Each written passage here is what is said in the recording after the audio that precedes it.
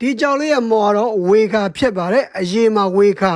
မော်စီစာမှာအသားဆိုတဲ့စာဆိုလေးကိုလည်းမှတ်ထားပေးပါအခုမြင်တွေ့နေရတဲ့နေထားမှာဒီဘက်တစ်ချမ်းကနည်းနည်းကွက်မဲ့နေထားမှာရှိတယ်ဟိုဘက်တစ်ချမ်းကတော့အဝါရီဘက်ကိုနည်းနည်းတန်းတယ်အနာသွားလာကတော့ပါတယ်ဘေးရဲ့တခန့်ကတော့အသားမရပါဘူးကျွန်တော်အရေးမှာဆိုရင်အနာနည်းနည်းချင်းထည့်လို့ရတယ်ဘောလီမှာဆိုရင်တော့လုံးဝအနာထည့်လို့မရပါဘူးဒီကြောက်လေးရဲ့ဝယ်ရင်းစေးက9သိန်းဖြစ်ပါတယ်ဒီကြောက်လေးဘယ်လောက်ထိမြတ်သွားလဲဆိုတာလိုက်ကြည့်ပါအောင်လို့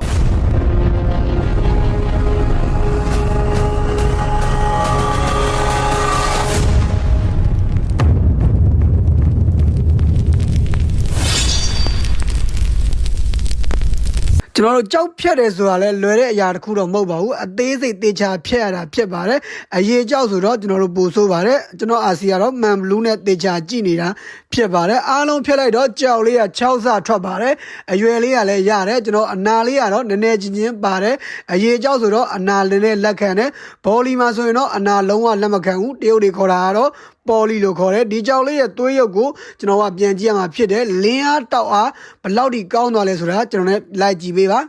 အားလုံးတွေးလိုက်တော့ကြောက်စီကြောက်သားကာလာကတော့လုံးဝအီဖိန်ပြီးတင်းထောင်နေတာကိုမြင်တွေ့ရတယ်အတွင်းထဲမှာတော့အနက်တုံးလေးပါတယ်ဒီလိုအသားနဲ့ဒီလိုအစီမျိုးဆိုရင်အနာကတော့လက်ခံတယ်ကျွန်တော်ရင်ဘတ်ထဲကအနာတော့မများတာသေချာတယ်